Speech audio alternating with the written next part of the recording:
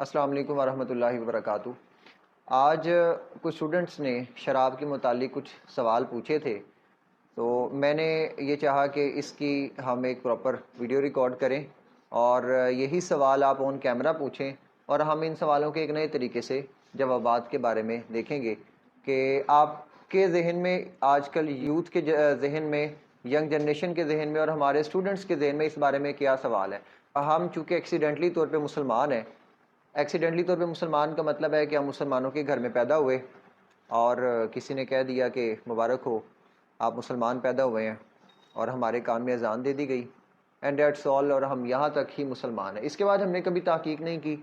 ہمیں یہ پتہ ہے نماز فرض ہے، یہ نہیں پتہ کیوں فرض ہے، ہمیں پتہ ہے روزہ فرض ہے، یہ نہیں پتہ کیوں فرض ہے، حج کے بارے میں بھی پتہ ہے، لیکن ہمیں ان سب کے پیچھے کی بیک گراؤنڈ ریالٹی کیا ہے اور گراؤنڈ ریالٹیز کے بارے میں ہمیں نہیں پتہ۔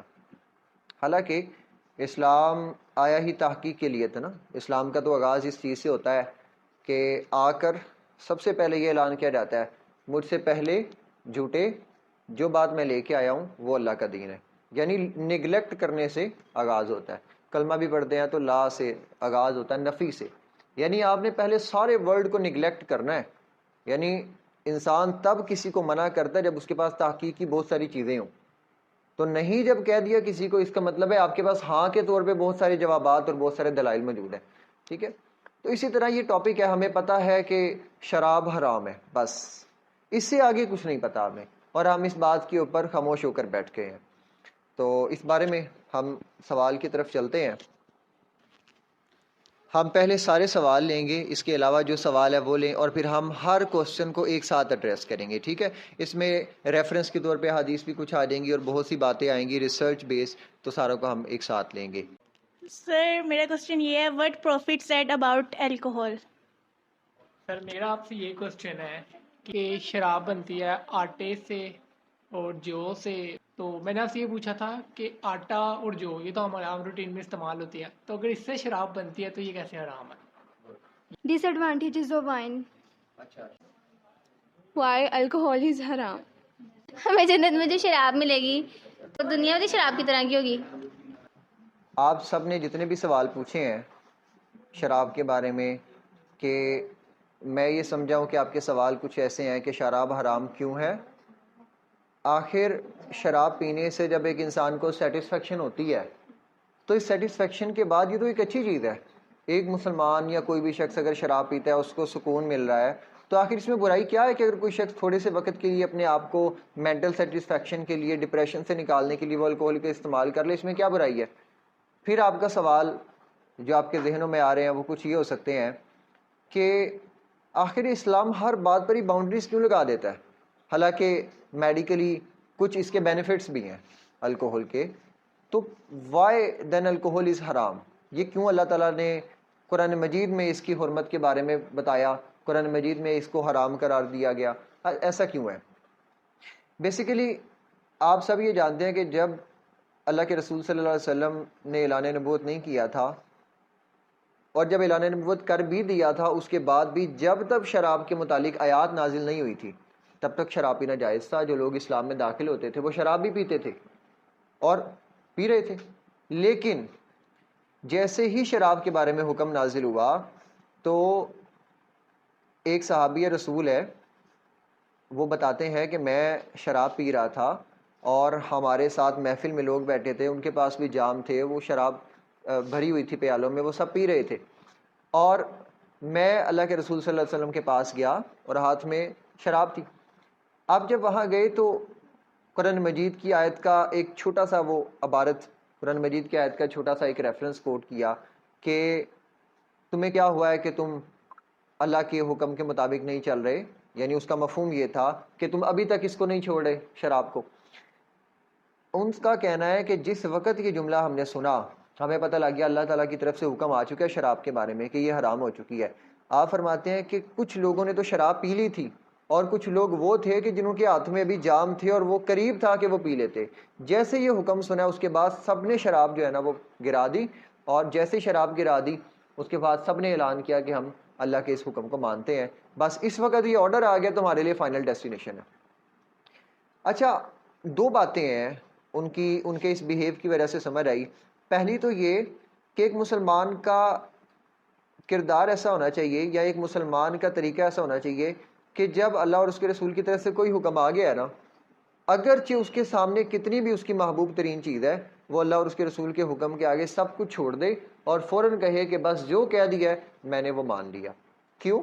کیونکہ جب آپ اسلام میں داخل ہو رہے ہیں نا، تب آپ دل سے ایڈمٹ کر رہے ہیں کہ میں اس سسٹم کے، اس نظام کے ہر چیز کے اوپر دل سے سیٹسفائیڈ ہوں، مطمئن ہوں بالکل. اب ایسا بھی نہیں تھا کہ جس طرح ہمیں پتہ ہے بس شراب حرام ہے، اوبویس بات ہے ہم نے پی نہیں ہوئی، لیکن ان لوگوں نے پی تھی، لہذا انہوں نے صرف اس بات کو اس لیے نہیں کہہ دیا کہ ہاں ہم آج سے چھوڑتے ہیں، ان کو اس کے نقصانات کے بارے میں بھی پتا تھا کہ شراب پی کے نقصان کیا ہوتا ہے. اب جیسے ہی شراب حرام ہوئی فوراً جتنے بھی لوگ تھے جو شراب پی رہے تھے انہوں نے فوراً پھینک دی. یہ ہوتا ہے ایک مسلمان کا طریقہ کہ جب اللہ کے رسول صلی اللہ علیہ وسلم کی طرف سے کوئی حکم آ گیا انہوں نے مان لینا ہے بس.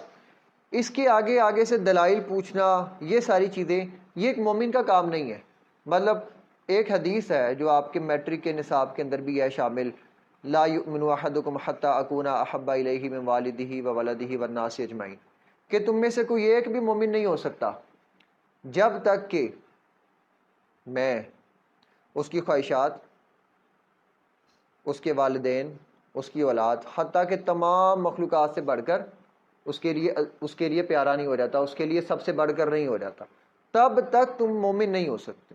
ہاں وقت نام کے لحاظ سے تم مسلمان کہلا سکتے ہو، لیکن مومن کا ایٹریبیوٹ تمہارے اندر تب آئے گا جب تم ہر چیز سے بڑھ کے مجھ سے محبت کرو، یعنی اپنی فیلنگز بھی. یہ بھی ہے کہ اپنے ایموشن سے بڑھ کر بھی، بس جہاں پہ اللہ کے رسول کا حکم آ گیا وہاں پہ ہمارے ایموشنز ہیں یا واٹ ایور کیا ہے سب کچھ چھوڑ دیا.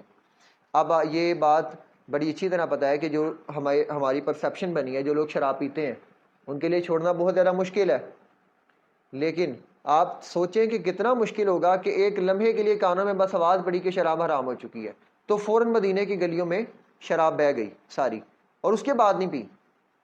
ٹھیک ہے، تو ہمارا کام ایک تو یہ ہے کہ ہم نے جو اللہ اور اس کے رسول نے حکم دیا اس کو مان لینا کہ یہ درست ہے. ہم ماننے کے بعد حکمت کے تقاضے ضرور ہے کہ ہم سمجھے تو صحیح کہ یہ حرام کیوں ہے، ہم کسی کو بتا تو سکیں یہ منع کیوں ہے.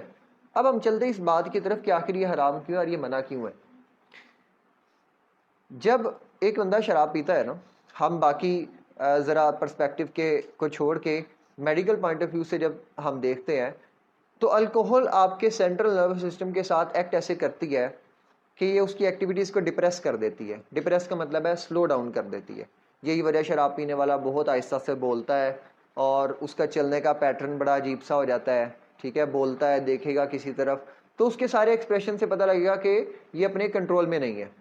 اوکے، اسی طرح اس کی وجہ سے کیا ہوتا ہے، انسان کی لینگویج وہ سلر ہو جاتی ہے، صحیح طرح بول نہیں پاتا اور اس کا اپنے آپ کے اوپر کنٹرول نہیں رہتا. یہ سب سے بڑی بات ہے. جب ایک انسان شراب پیتا ہے، نشہ کرتا ہے تو اس کا دماغ اس کے کنٹرول میں نہیں رہتا، اس کے ایموشنز. تو اب وہ کیا کرے گا؟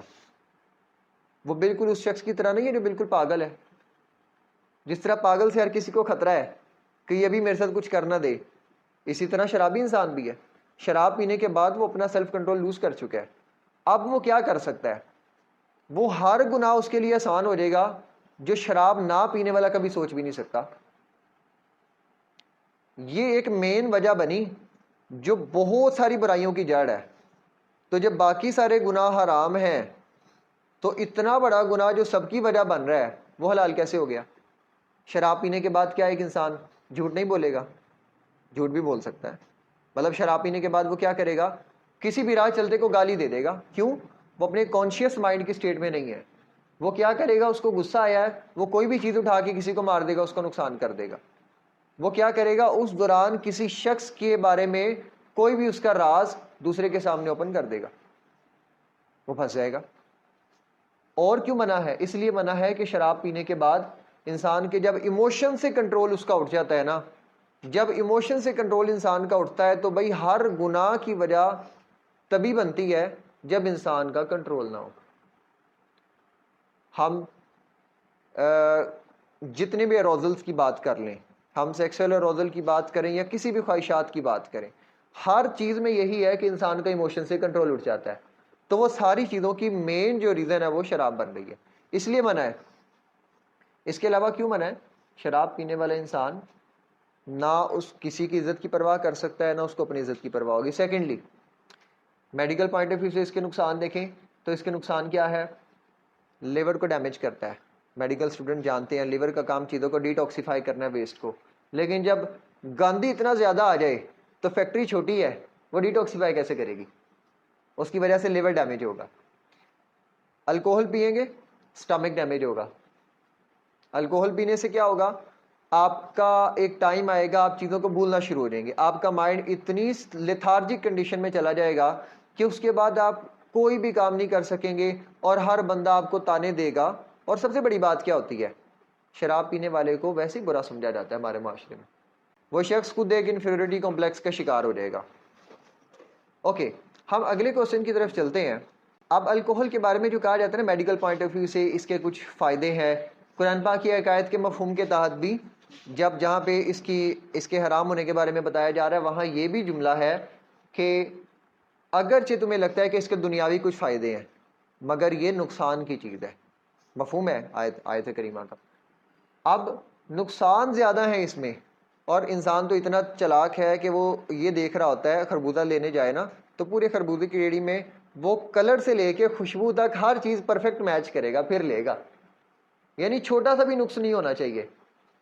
تو انسان کا تو یہ اس کی فطرتی تقاضا ہے. تو پھر اگر وہ شراب اگر لے رہا ہے اس کو پتہ ہے کہ کچھ فائدے ہیں کچھ نقصان ہے تو ایسی چیز کو تو انسان کو ویسے ہی چھوڑ دینا چاہیے. اب فائدے کیا ہو سکتے ہیں میڈیکل پوائنٹ آف ویو سے؟ جیسے تھائرائڈ کا پرابلم لوگوں کو بن جاتا ہے یا گلے کے مسائل آ جاتے ہیں. اس صورت میں ڈاکٹرز کچھ حد تک الکوہل جو ہے وہ ایک بڑی سمال اماؤنٹ میں اس کو دیتے ہیں جس سے اس کی بیماریاں اس کا مرض ختم ہو جائے. ٹھیک ہے. اسی طرح بہت سے اور سرجیکل پروسیسز کے لیے یا میڈیسنز میں الکوہل استعمال ہو رہی ہوتی ہے. ٹھیک ہے. اچھا، ان چیزوں کے بارے میں نا ویسے تو اللہ کے رسول صلی اللہ علیہ وسلم سے کسی نے جب یہ پوچھا کہ ہم تو شراب کو دعا کے لیے استعمال کرتے ہیں، دوا کے لیے ہم تو شراب کو دوا کے لیے استعمال کرتے ہیں، کیا تب بھی منع ہے؟ تو اللہ کے رسول صلی اللہ علیہ وسلم کا جملہ یعنی ہاؤ از اٹ پاسبل کہ ایک چیز جو خود ایک بیماری ہے وہ شفا کیسے ہو سکتی ہے؟ اب اس کے باقی سارے ایک طرف اس کے چند بینیفٹس اور ایک طرف اتنے سارے نقصان، تو یہ کیسے حلال اور جائز ہو جائے گی؟ حضرت علی رضی اللہ تعالیٰ عنہ کے نا آپ کا چونکہ تقوی آپ کا جو ہے وہ بڑا مشہور ہے، آپ فرماتے ہیں کہ اگر شراب کا ایک قطرہ کسی کنویں میں گرے اور پھر اس کنویں کا پانی کسی فصل کو لگے اور پھر وہ فصل اگ جائے اور وہ فصل کو بکری کھا لے اور وہ بکری اگر میرے سامنے ہے میں تب بھی اس کا گوشت نہیں کھاؤں گا. اچھا، میں آپ کو ایک چیز بتا دوں، ایسا نہیں ہے. مطلب یہ چیز میں آپ کے سامنے رکھ رہا ہوں کہ جب ایک چیز کی حیت بدل جاتی ہے نا تو اس کا حکم بدل جاتا ہے. جیسے مثال کے طور پہ اگر ہم بات کریں کہ ایک جگہ پر نجاست پڑی ہوئی ہے، وہ پڑی خشک ہو گئی ہے، اس کے اندر نہ رنگ باقی رہا نہ اس کا اثر باقی رہا نہ اسمیل آ رہی ہے، تو اس کا حکم بدل جائے گا. ٹھیک ہے.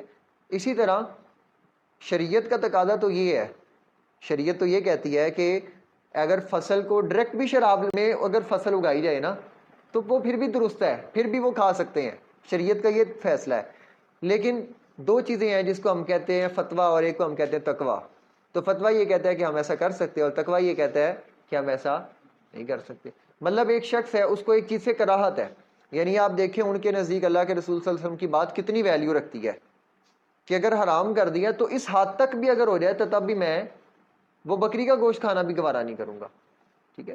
تو یہ ریزنز ہیں کہ جس کی وجہ سے اس کو حرام کیا گیا. ویسے عرب لوگوں کا تقاضا یہ تھا. عرب جو ہے وہ ان کی ساری شاعری، چونکہ وہ بڑے شاعر لوگ تھے، ان کی ساری شاعری کا موضوع تین چیزیں ہوتی تھی: شراب، جنگ اور عورت. ان کی شاعری یہ تین موضوعات پہ ہوتی تھی، سارے عرب شعراء کی، ان تین ٹاپکس کے اوپر. لہٰذا اسی طرح وہ پھر شاعری کو بہت زیادہ استعمال کرتے تھے اپنے شعروں میں بھی، اور پھر لوگوں نے اس کو پینا وغیرہ بھی شروع کر دیا. تو بیٹا یہ پیچھے حکمت ہے کہ اللہ تعالیٰ نے آخر اس کو کیوں حرام کیا. ایک لاسٹ بات کریں اس کے بعد ہماری بات ختم. جب شراب کے حرام ہونے کا حکم آیا نا تو وہ ایک گریجول پروسیس تھا. اب اس کے پیچھے وجہ کیا ہے؟ یعنی ایک شروع میں بات کی گئی ہے، بہت سے لوگ اعتراض کرتے ہیں اسلام بہت زیادہ اسٹرکٹ ہے اور فوراً باؤنڈریز ڈیفائن کر دیتا ہے، بس آج یہ رول اپلائی ہو گیا، بس اس سے آگے نہیں جانا. ایسا نہیں ہے. آپ پتہ تھا کہ یہ لوگ شراب پی رہے ہیں اور اس کے بارے میں حرام ہونے کے بارے میں کوئی ایسی بات نہیں ہے. اب ان کو نیا حکم دینا ہے کہ شراب حرام ہے. اگر تو ایک دم ایسا کیا جاتا کہ نیا حکم آ جاتا اور فوراً امپلیمنٹ ہو گیا ہر چیز کے اوپر، آج کے بعد شراب ہر معنی میں ہر طریقے سے حرام ہو گئی. اگرچہ صحابہ نے چھوڑ دینی تھی، لیکن دین اسلام جو ہے نا، ورڈ آپ نے سنا ہوا ہے کہ یہ دین فطرت ہے. یہ نیچر کے ساتھ اور انسان کی نفسیات کے ساتھ اس کی فریکوینسی کے ساتھ میچ کرتا ہے. اس کی فریکوینسی کے ساتھ میچ کرنے کا مطلب یہ ہے چونکہ بڑا مشکل ہوتا ہے، انسان کی فطرت ایسی ہے کہ وہ چیزوں کو جلدی چھوڑ نہیں پاتا جس چیز کی عادت لگ جائے. اسی لیے آہستہ آہستہ حکم آیا. پہلے حکم آیا شراب کے برے ہونے کے بارے میں بتایا گیا کہ یہ نجس ہے، ناپاک چیز ہے. پھر بتایا گیا، یعنی یہ کہا گیا کہ اے ایمان والو تم نماز کی طرف نہ جاؤ انتم سکارا، جب تم شراب کی حالت میں ہو، یعنی جب تم نے شراب پی ہو، یہاں تک کہ تمہیں پتہ لگ جائے تم کیا بول رہے ہو. کیونکہ شراب پی ہوتی انسان کو نہیں پتا وہ کیا کر رہا ہے. تو جب تک تم نے شراب پی ہے تم نماز کی طرف نہ جاؤ، اور تب تک نہ جاؤ جب تک تمہیں یہ پتہ لگ جائے کہ میں کیا بول رہا ہوں اور مجھے کیا سمجھ آ رہا ہے. ٹھیک ہے. آپ دیکھیں اس وقت ویسے حرام نہیں تھی، صرف نماز کے وقت منع تھا. لیکن اس کے بعد آہستہ آہستہ گریجول پروسیس، یعنی لوگوں نے ایک اپنا مائنڈ سیٹ بنا لیا، ہاں اب اس کو چھوڑنا پڑے گا، بری چیز ہے. اور پھر حکم جب آیا فائنل، تو فائنل حکم اتنا سخت تھا کہ اس چیز کو جہاں یہ کہا گیا بت پرستی حرام ہے، جہاں پر باقی چیزوں کے حرام ہونے کا تذکرہ آیا وہاں پر ساتھ شراب کا تذکرہ آ گیا کہ یہ حرام ہے. تو دس از آل اباؤٹ الکوہل. یہ حرام کیوں ہے؟ ہاں اسی طرح ایک بات ہے کہ اگر پرفیومز وغیرہ میں ہے تو یہ وہ الکوہل نہیں ہے جس کو ہم استعمال کر سکتے ہیں. یعنی شراب کیوں حرام ہے؟ اب آپ کو ساری بات سمجھ آ گئی. اس لیے کہ انسان اپنی کانشیس اسٹیٹ میں نہیں رہتا اور وہ کوئی بھی گناہ کر سکتا ہے. ٹھیک ہے. یہ حکمت ہے اس کے پیچھے حرام ہونے کی. لیکن اگر کچھ حد تک الکوہل پرفیومز میں ہے اس کو لگانے میں کوئی حرج نہیں ہے. ٹھیک ہے. اس کے بارے میں کوئی بھی ایسا حکم نہیں ہے. سو ہم ٹرائی کریں گے کہ اسی طرح کے کوشچن ہم کرتے رہیں اور ان کے ریزنیبل آنسر ملتے رہیں.